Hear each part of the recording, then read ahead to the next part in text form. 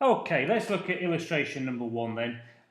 Cut it off here, but this is obviously S, and this is in dinars. Okay, so that's the problem. S is in dinars and H is in dollars. So first of all, what we've got to do is translate all of S's net assets at the year end. So we need to go find a year end rate, and there it is, 6. So at the year end, S has 9785, so you put 9785 divided by 6.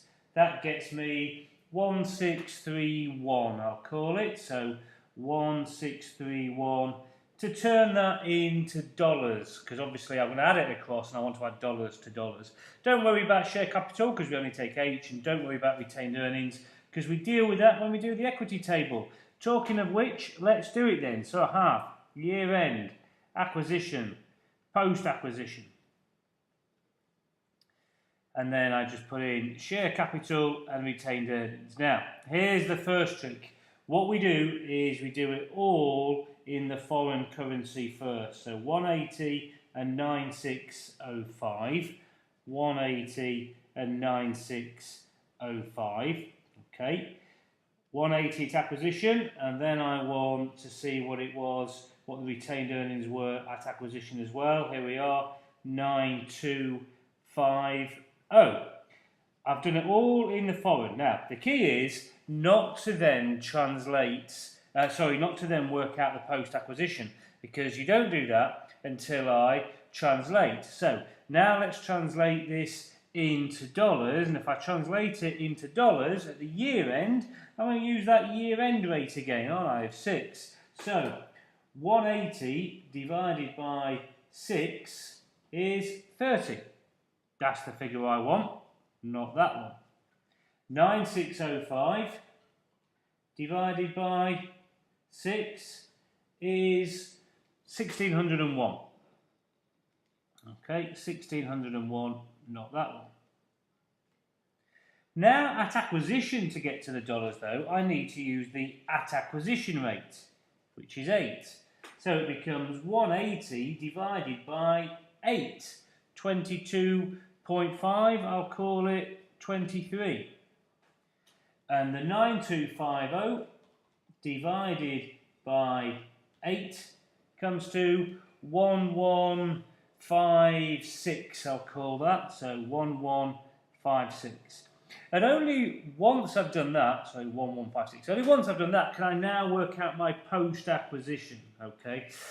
So my post-acquisition here, look, is 7.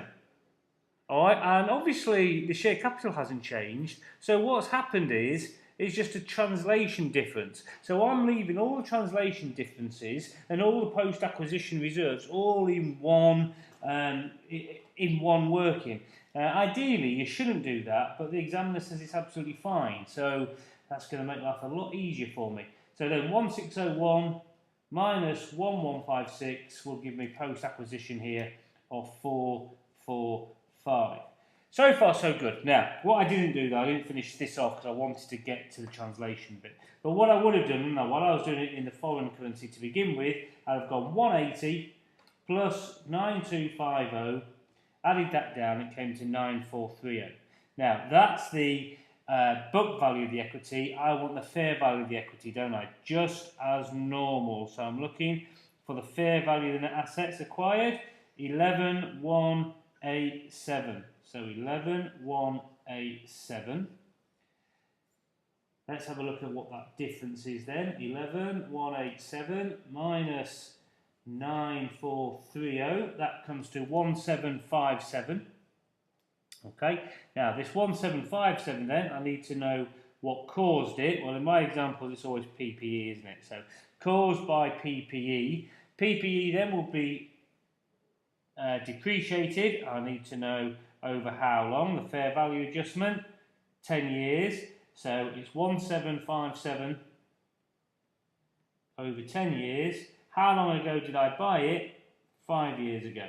So basically, you're going to take a half. So 1757, half of it will be 878, we'll call it. Okay, so 878 would have been the depreciation, but I don't put anything in the post-acquisition column. So 1757 minus 878 comes to 878. All right, now this is when I do my find out my dollars here. So 878 at the year end, so I divide by 6. That gives me 146. So it's that 146 that I want to go and put on here, plus 146.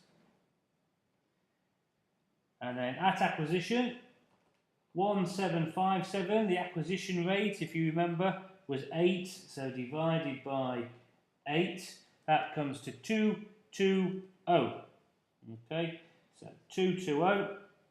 That means then post-acquisition would be the 220 less than 146, meaning this time a negative 74. Okay, a negative 74. Now we can add that post-acquisition down. This is all in dollars now, so 7 plus 445 minus 74, that comes to 378. That's my post-acquisition. So let's just take a breather. Let's think what we did. First of all, we worked out the equity table just as normal, but in dinars, in the foreign currency. However, what we didn't do is put anything in the post-acquisition. So do the year end of the at acquisition column as normal in dinars, then translate them into the presentation currency, dollars. So the year end translated the year end, the acquisition translated the acquisition rate, and then do the post-acquisition. Okay, now we've got the post-acquisition in dollars. So that's the first thing that we need. Then we go on to do goodwill. The second tip about goodwill is that you do the whole goodwill working in the foreign currency. So you've got the fair value of consideration, the fair value of NCI, and the fair value of net assets acquired, all in the foreign currency. So the fair value of net assets acquired in the foreign currency was there, look, the 11,187. Then I go looking for the fair value of NCI in the foreign currency, given to me there, 4,700. And then I need the fair value of consideration in the foreign currency. Okay, well, I'm not told it. All I'm told is the investment in S was $900. I want it in foreign currency, so I have to take 900 to turn it into the foreign currency, times it by. Then you have to think, well, what rate will I use? Will I use the acquisition rate or the year-end rate? Well, this is goodwill. Goodwill happened at acquisition, so use the acquisition rate. So 900 times by 8. So 900 times by 8 is 7,200 dinars. Add that on to the 4,700. Take off the 11,187, and that will get you goodwill of 713 dinars. Now here's the trick. We translate it at acquisition.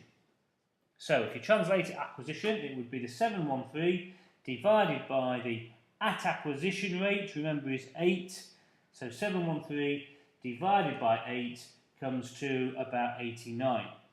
But then what you also do is you translate it at the year end, because that's what we're doing. We're going to put this goodwill on our SFP, and our SFP is at the year end.